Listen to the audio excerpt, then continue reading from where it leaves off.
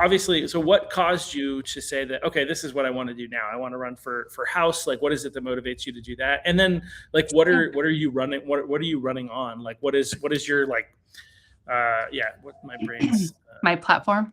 there you go. Yeah. Thank you. What is your platform? Yeah, no problem. So I actually ran for this seat back in 2022. And it wasn't anything I ever really aspired to do.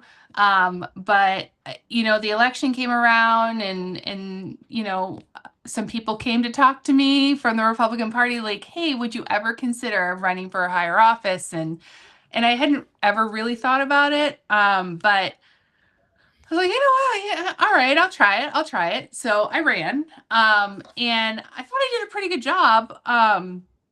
It was very eye-opening. It was a very surreal experience to run for a higher office like that.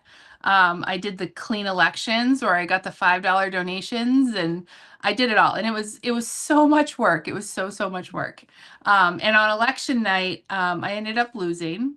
I was neck and neck with Kristen Cloutier, who resigned. I was neck and neck with her, and then absentee ballots came in, and she beat me by 600 votes in absentee ballots.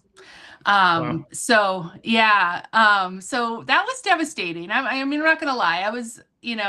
I had a good cry when that happened, like with all that work, all that build up, and then I didn't win. And it's the first time I've really failed at something. So that was a hard pill to swallow.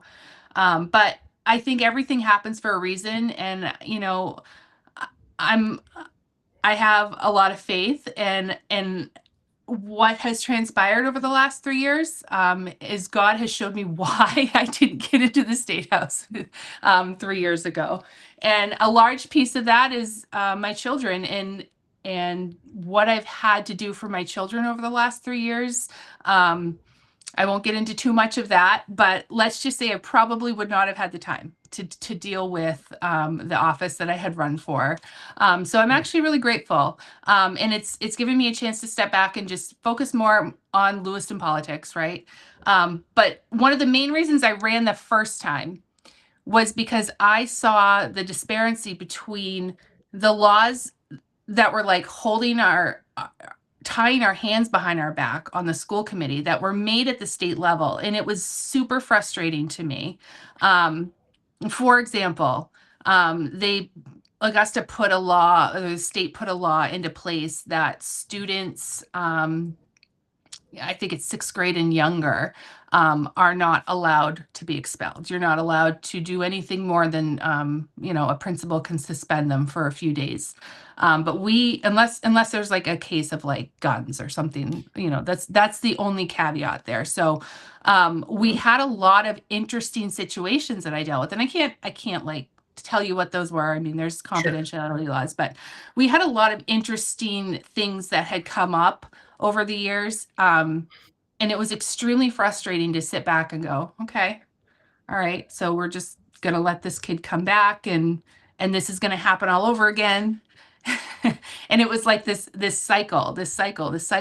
And I was also finding by the time students got into middle school, into high school, we were getting them into a disciplinary hearing, and we were seeing a stack this thick of disciplinary write-ups from elementary school, and nothing could be done. And so it was just leading them into this cycle of when they got to middle school, to high school, it was just inevitable that they were going to do something. And it just felt like there has to be a better way, like a better early intervention for these kids. But the state laws were just tying our hands behind our back. So that was actually the first piece of anything that kind of made me think beyond just the Lewiston School Board, right? And then as I've sat back over the 3 years and really paid attention and watched what's been happening in this city, there is so much more. There's so much more now going through my brain that I just feel like I want to go up to Augusta to try to fix. I feel ignored. Every single House rep in Lewiston is from the Democratic Party, and our Senate rep is from the Democratic Party.